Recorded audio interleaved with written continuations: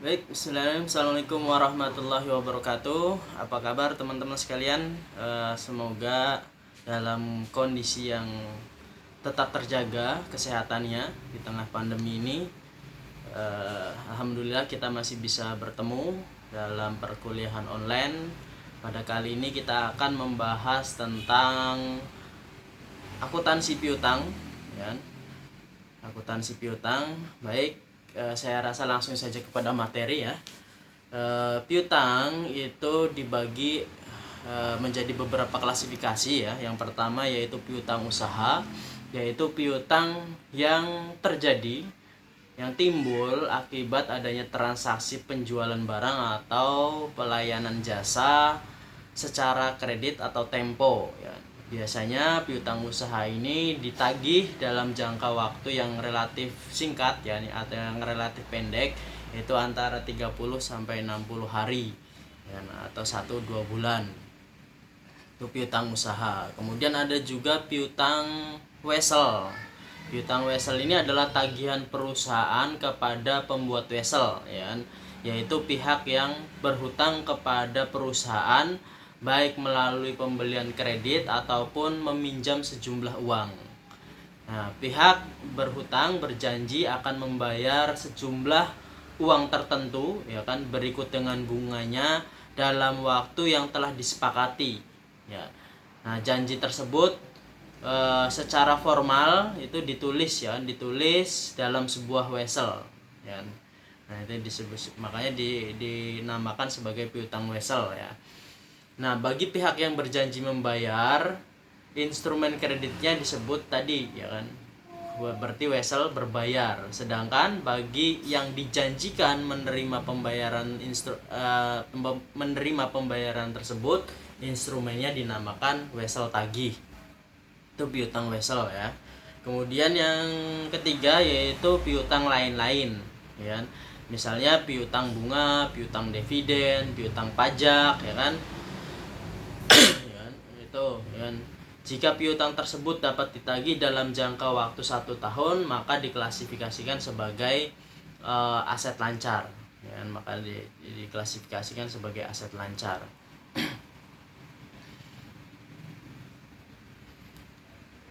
Nah, prinsip-prinsip pengendalian internal itu digunakan sebagai dasar dalam penetapan pengendalian internal perusahaan atas piutang-piutang ya, atas piutang dagang. Ada beberapa pemisahan tugas dan fungsi ya. Pemisahan antara fungsi penjualan dan fungsi kredit. Kemudian juga ada proses otorisasi yang pantas untuk setiap transaksi. Persetujuan pemberian kredit untuk penjualan kredit hanya boleh dilakukan oleh manajer kredit, bukan manajer penjualan. Ini adalah termasuk pengendalian internal dalam hal piutang usaha ya. Pengakuan piutang usaha ya kan, akun piutang usaha timbul karena tadi adanya transaksi, adanya penjualan barang secara kredit atau pelayanan jasa secara kredit ya, yang kemudian dapat diikuti dengan transaksi. Bisa juga akibat tadi ya kan, adanya penjualan, kemudian adanya retur penjualan dan penyesuaian harga jual. Dan pada akhir penagihan ya kan, baik tanpa ataupun disertai dengan potongan harga ya. Jadi kalau misalkan ada transaksi ya kan, di situ ada diskon juga, ini akan mempengaruhi dari piutang usaha tersebut ya. Jadi piutang usaha itu timbul karena tadi adanya transaksi penjualan secara kredit, kemudian juga adanya retur atau pengembalian barang di mana tadi terkait dengan penjualan secara kredit ya, dan juga adanya diskon. Diskon karena misalkan pelanggan membayar sesuai dengan term yang telah ditentukan sehingga dia mendapatkan diskon. Nah, itu pengakuannya. Nah, jurnal yang dibuat ketika terjadi transaksi penjualan barang dagang secara kredit ya, seperti halnya yang biasa kita lakukan ya, yaitu piutang usaha terhadap penjualan ya. Jadi kalau misalkan terjadi transaksi ya. Secara kredit berarti kita mendapatkan piutang kan, piutang usaha terhadap penjualan. Atau misalkan jenis usahanya jasa, ya berarti pelayanan jasa, ya, piutang usaha terhadap penjualan jasa atau pelayanan jasa, ya.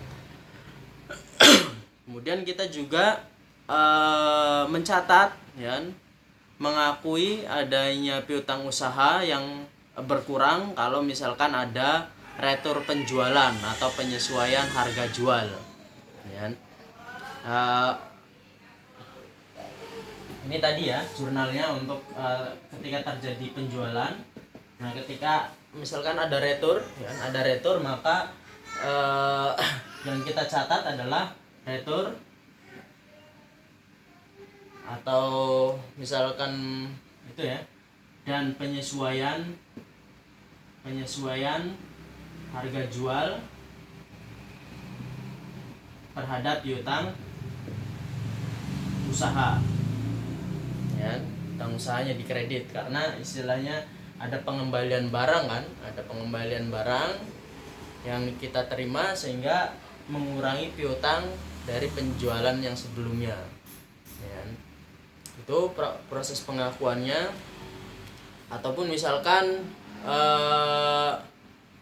ketika menerima pembayaran utang dari pelanggan untuk tadi, untuk istilahnya pelanggannya itu sesuai dengan termnya. Jadi ketika pelanggan itu mendapatkan diskon, ya, misalkan N per 30 berapa persen, ya. Nah, itu kan karena mendapatkan potongan misalkan, sehingga pembayarannya dicatat, sebentar,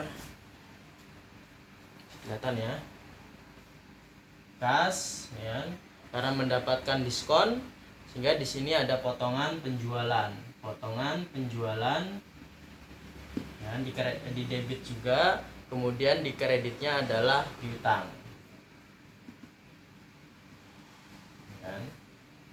Ini debit, ini di debit, ini di kredit, itu ya.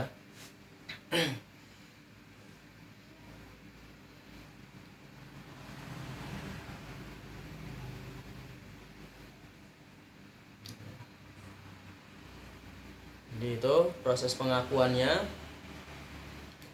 Nah, dalam mengelola piutang usaha, ya, seringkali perusahaan juga menghadapi permasalahan yaitu terkait dengan piutang usaha yang tidak tertagih, ya. Piutang usaha yang dilaporkan dalam neraca itu kan harus dicatat sebesar nilai yang bisa direalisasikan, ya. Maksudnya itu harus menunjukkan suatu jumlah yang kemungkinan dapat ditagih, ya. Kalau misalkan sudah macet, ya istilahnya sudah seharusnya dihapus, ya, seharusnya dihapuskan, ya. Makanya perusahaan, ya kan, harus memperhitungkan kira-kira besarnya kredit yang macet atau tidak bisa dibayar, ya, sehingga yang ditampilkan dalam neraca itu adalah ya sebesar nilai yang dapat direalisasikan, ya. Nah, beban yang timbul atas tidak tertagihnya piutang usaha, ya kan, atau kredit macet itu akan dicatat sebagai beban operasional perusahaan. Dan beban operasional perusahaan biasanya akunnya adalah beban kredit macet atau bad debt expense, atau juga bisa dimasukkan dalam akun beban piutang ragu-ragu, ya, atau beban piutang tak tertagih. Dan itu beberapa nama akun, ya kan, terkait dengan piutang usaha yang tidak tertagih yang kemudian diakui sebagai beban operasional, ya. Nah, dalam hal mengakui dari piutang usaha yang tertagih, ya, ada dua metode untuk menilainya, untuk menilai, mencatat, dan menghapus piutang usaha yang tidak tertagih itu, ya. Ada metode langsung dan metode pencadangan. Jadi metode penghapusan langsung dan metode pencadangan. Nah, untuk metode penghapusan langsung ini kerap digunakan terutama oleh perusahaan-perusahaan yang memiliki bidang usaha yang relatif kecil, ya, yang relatif kecil seperti restoran, hotel, ya kan, rumah sakit, ya, kantor pengacara, ya. Nah, yang ini yang cenderung transaksi yang relatif kecil, ya, yang masih relatif bisnis skala kecil. Faktor yang menjadi alasan kenapa dihapus secara langsung diantaranya terdapat situasi di mana sangat tidak memungkinkan bagi perusahaan untuk mengestimasi besarnya piutang usaha yang tidak tertagih sampai akhir periode.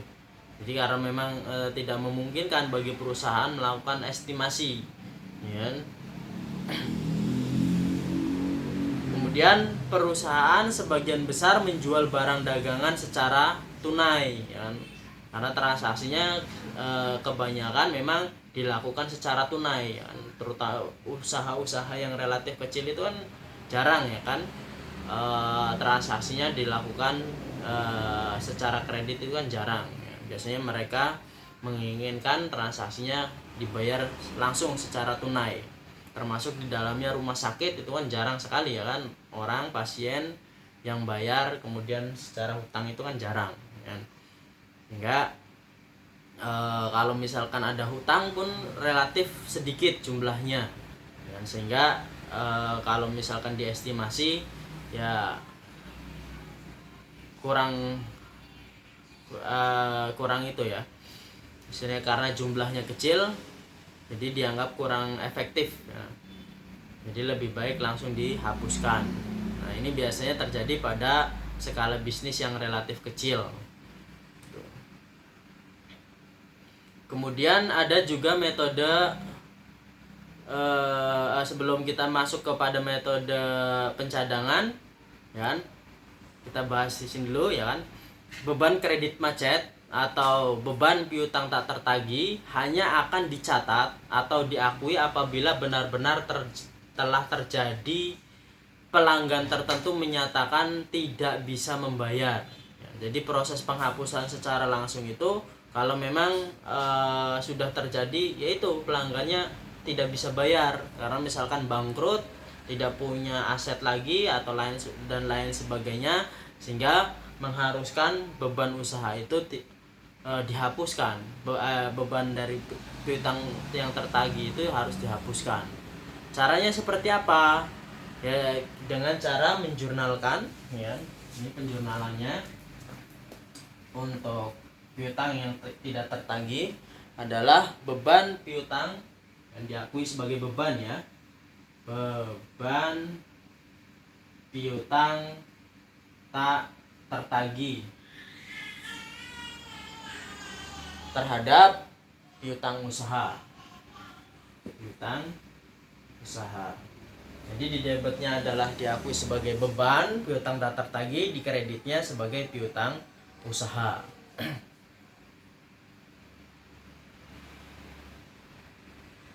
Metode hapus langsung itu sangat sederhana, ya kan? Namun tak sesuai dengan konsep dari konsep matching, ya kan? Konsep matching karena beban kredit macet seringkali dicatat dalam periode yang berbeda dengan periode di mana pendapatan terkait dicatatkan, ya. Kemudian metode ini diterapkan ketika besarnya kredit macet sangat kecil. Kalau misalkan skalanya besar, ya kita harus menggunakan metode pencadangan. Kalau misalkan besar itu tidak bisa, ya kan, kita harus menggunakan metode pencadangan, ya kan.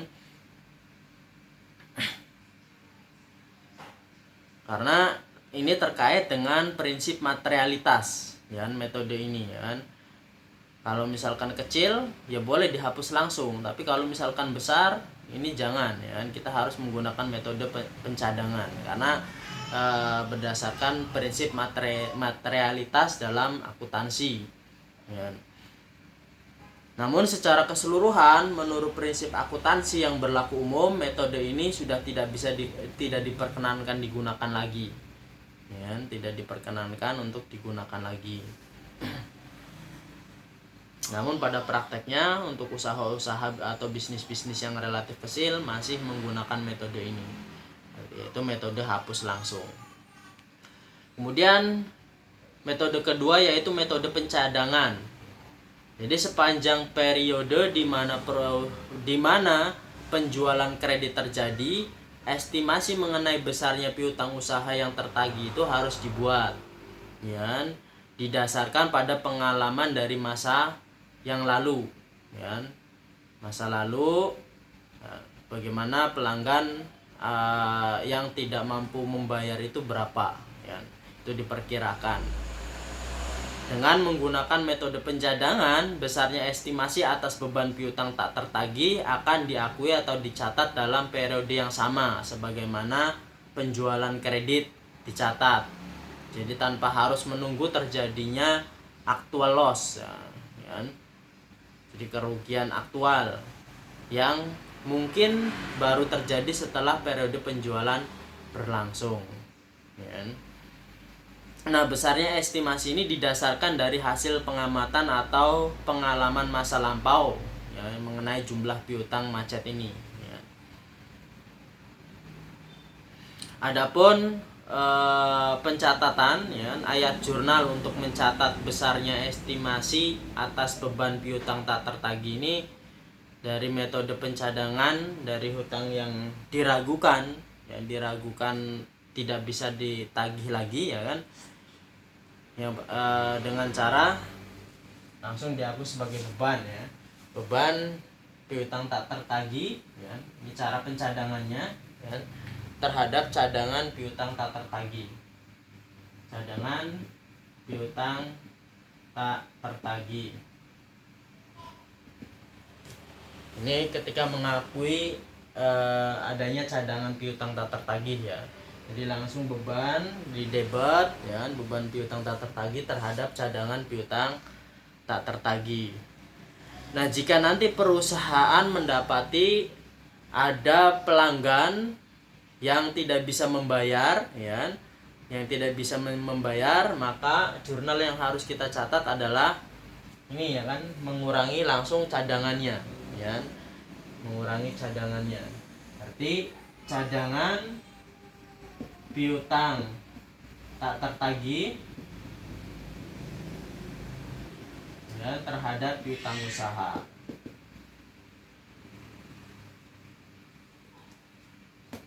Jadi mengurangi dari cadangannya, ya. Jadi cadangan piutang tak tertagih terhadap piutang usahanya. Nah, tuh.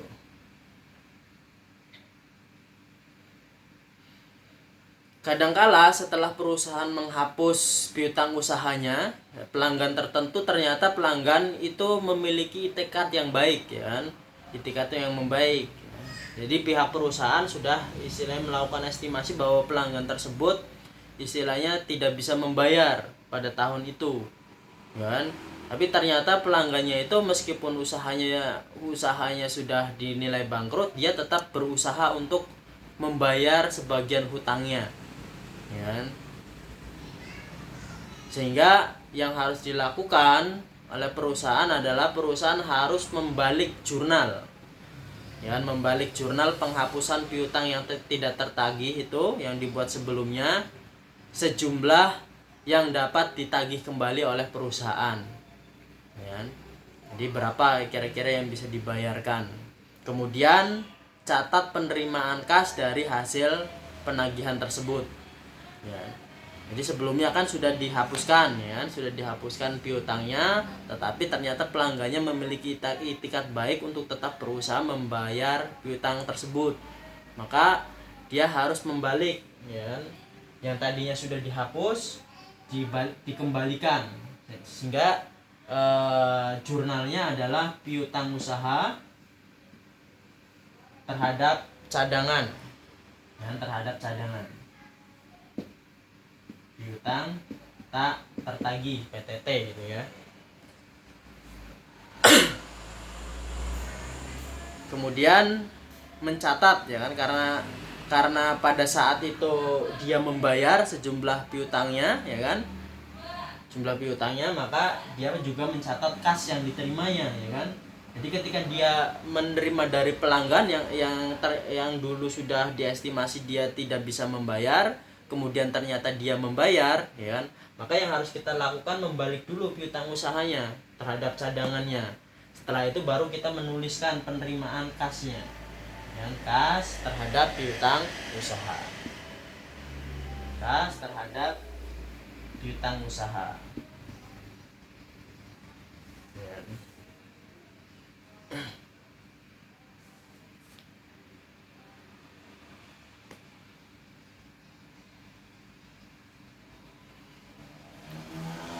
Ada dua cara untuk menentukan besarnya estimasi atas piutang tak tertagih.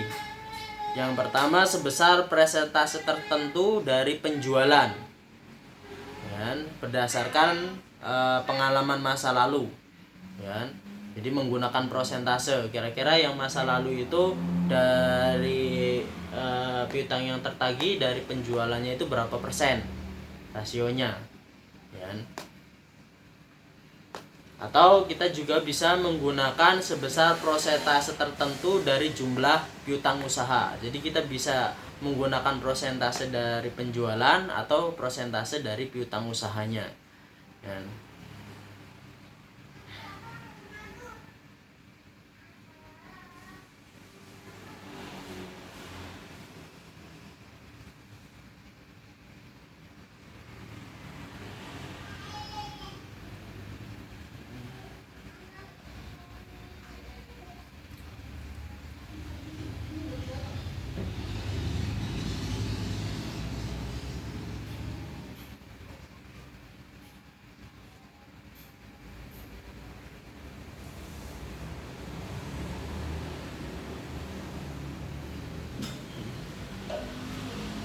Nah, jadi secara umum itu ya yang bisa saya presentasikan ya untuk akuntansi piutang kali ini ya.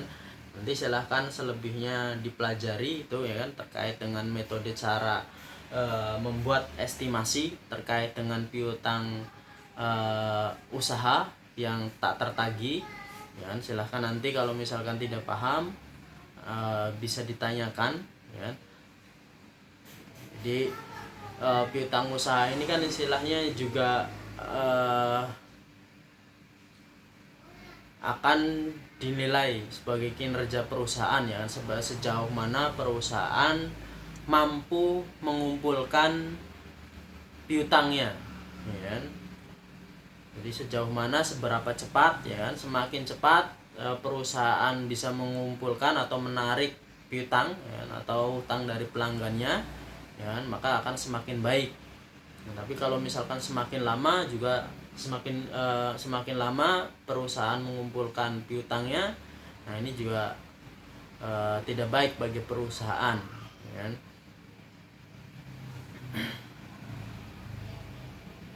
Jadi saya rasa itu ya, terkait piutang usaha. Terima kasih atas perhatiannya. Assalamualaikum warahmatullahi wabarakatuh.